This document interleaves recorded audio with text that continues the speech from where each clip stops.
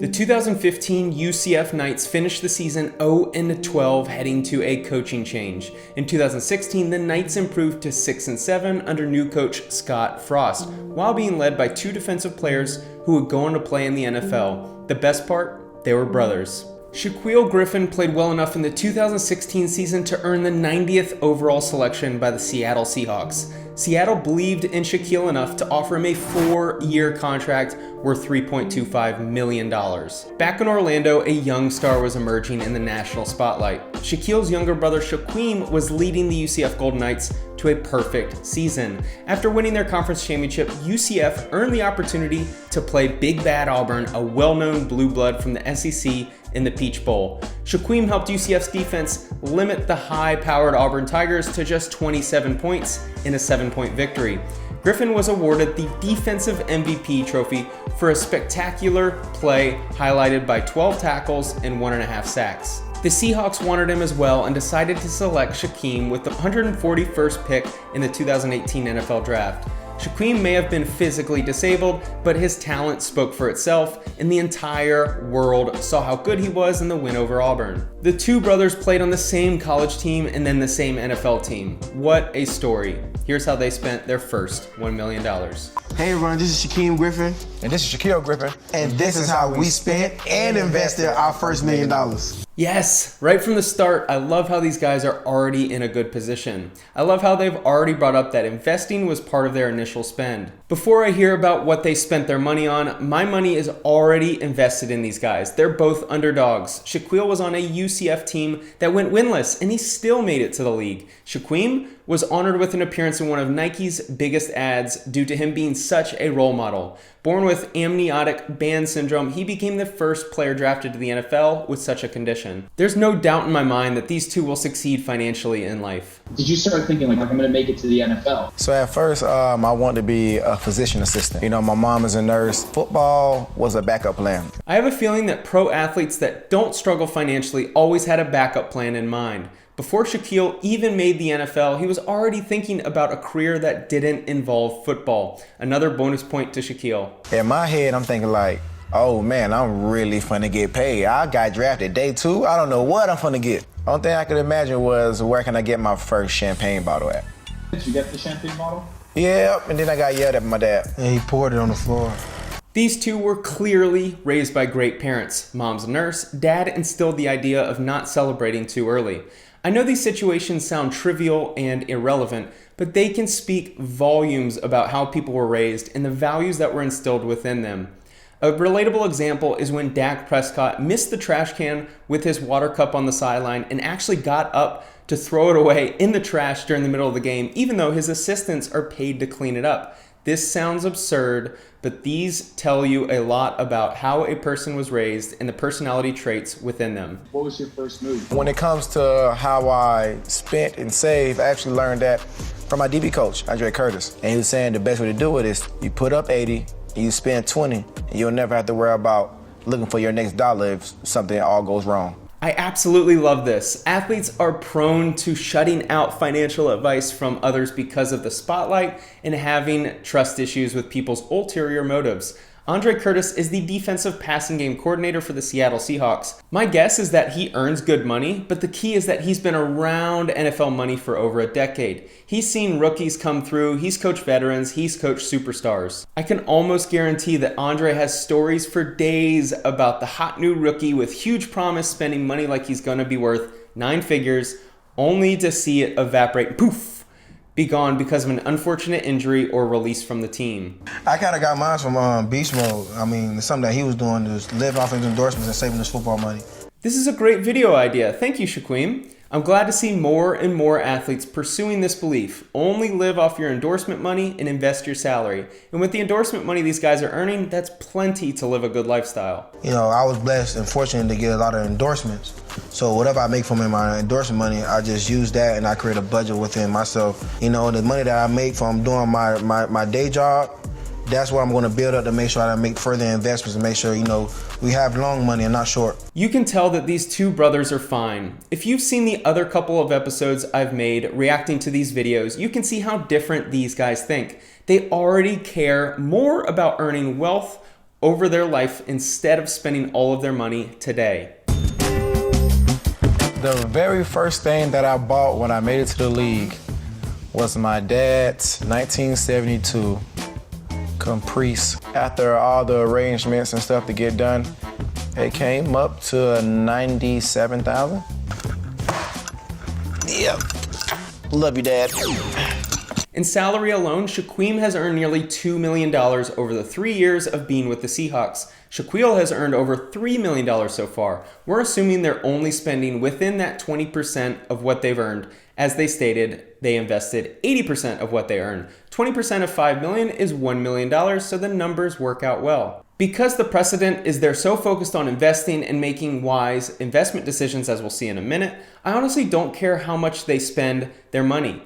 Having very specific spending habits is a personality trait that I view as one that will show them how to live a life that does not come with financial burden. The next thing we did, on our birthday actually, 22 years old, we gave everybody in our immediate family $20,000 apiece.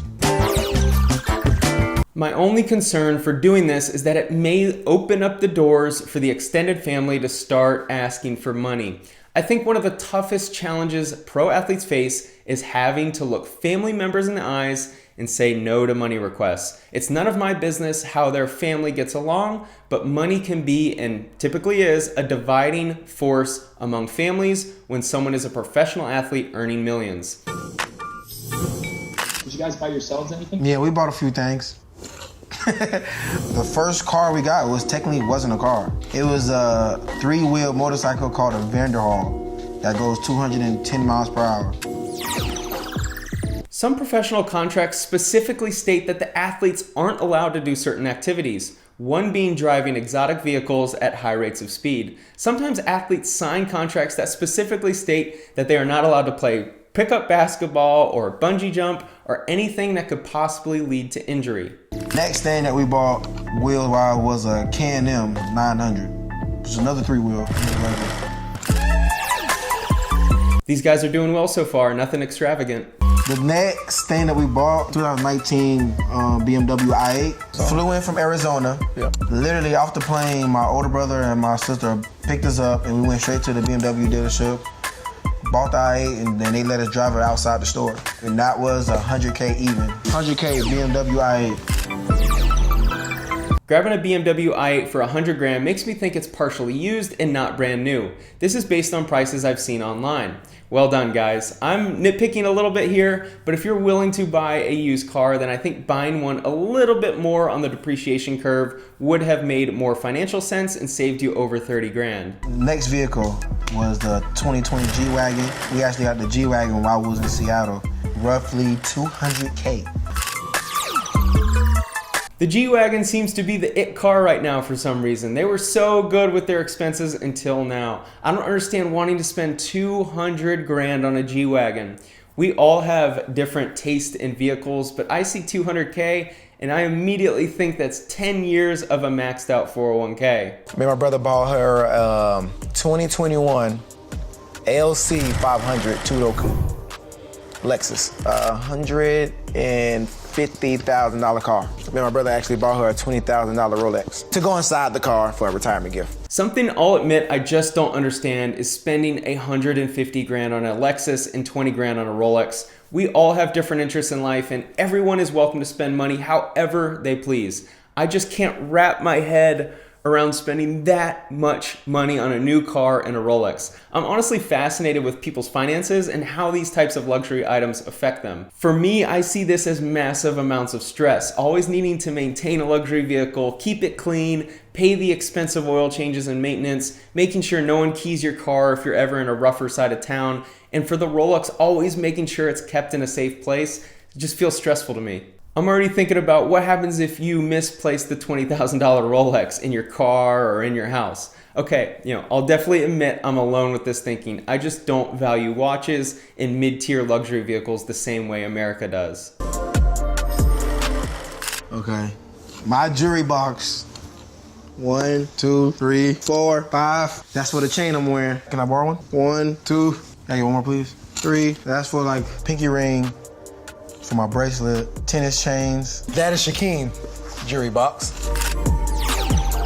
For people who buy jewelry, I hope it brings happiness or a sign of status or whatever jewelry is supposed to bring. I personally couldn't wear jewelry even if someone paid me for it. Just something I've never really found appealing. I see it as a way of bringing attention to yourself, which doesn't really match my personality, so it's not something I value the same way others do. But 100K is no joke. That is a lot of money, man. 100 grand. You can buy houses in the Midwest for 100 grand. 50,000 on bracelets and rings. Is everything right here? No, I bought a Rolex my rookie year. That was 20. 10 for my earrings. And 20 for my teeth. It's really interesting to see what people value and how we're all so different. I honestly couldn't imagine spending that amount of money on jewelry. Rings, bracelets, and grills don't appeal to me at all. To be fair, he would probably look at me crazy when he finds out how much money I enjoy spending on house renovations and watching colors and renovating bathrooms with new showers and how all they match together. I spend a lot of money there.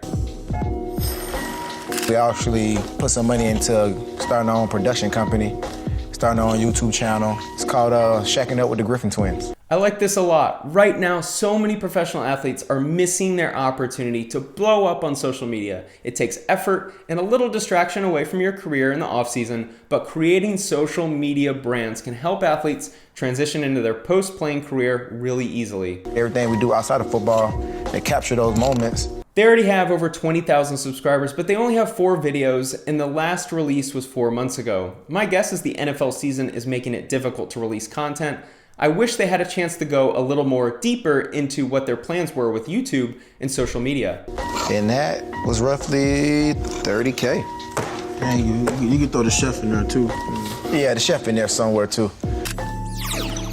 They're almost at 900,000 followers on Instagram combined, so they may focus more on that than on YouTube. Good on them for starting something they own and can help transition into the days after football. It's looking like Shaquille is in line to get a huge payday this offseason, while Shaquem's playing days may be over soon. So we talked about how we spent money, but we also invested money. You know, we got into a little bit of real estate, called the Twin Acres. You know, so we got some money put up in that too as well. So we don't just spend crazy. We bought some land back home in Bradenton, 252,000 on just the lot itself next to the water, and we bought a house, and the lot that we bought that's in a little under an acre that we getting built and fixed on right now. 325 for. We just put another 75K in it, getting it fixed up, we getting the whole yard done, we getting the back of the pool and the backyard area done. Great job, guys. I like that they're already starting to buy real estate and begin the process of ownership. I think these two will be completely fine. Once Shaquill signs this massive contract that I've read that may be offered this offseason, these two will invest wisely and they'll be financially free for the rest of their life. Thanks again to GQ Sports for this excellent series, and for those of you who somehow interpret these videos as me hating on the athletes, which is really bizarre that you would think I'm ever hating. It's cliche at this point that a majority of athletes go broke. Almost all of them need to be told to stop spending so much money and start investing. A majority of their careers are done within 3 years. I'd like to help them. I'm very privileged that I grew up around money and I didn't face the same struggles that some of these guys did. I know the value of long-term wealth over short-term fame and riches. Almost all of these athletes are given a financial lottery ticket and could be set for life after just 3 years of playing, but they blow it because of the mentality of professional athlete culture where spending money is more prevalent than investing. Maybe, just maybe, if I could help a couple professional athletes make the right financial decisions, then this will all be worth it. Thank you so much for watching.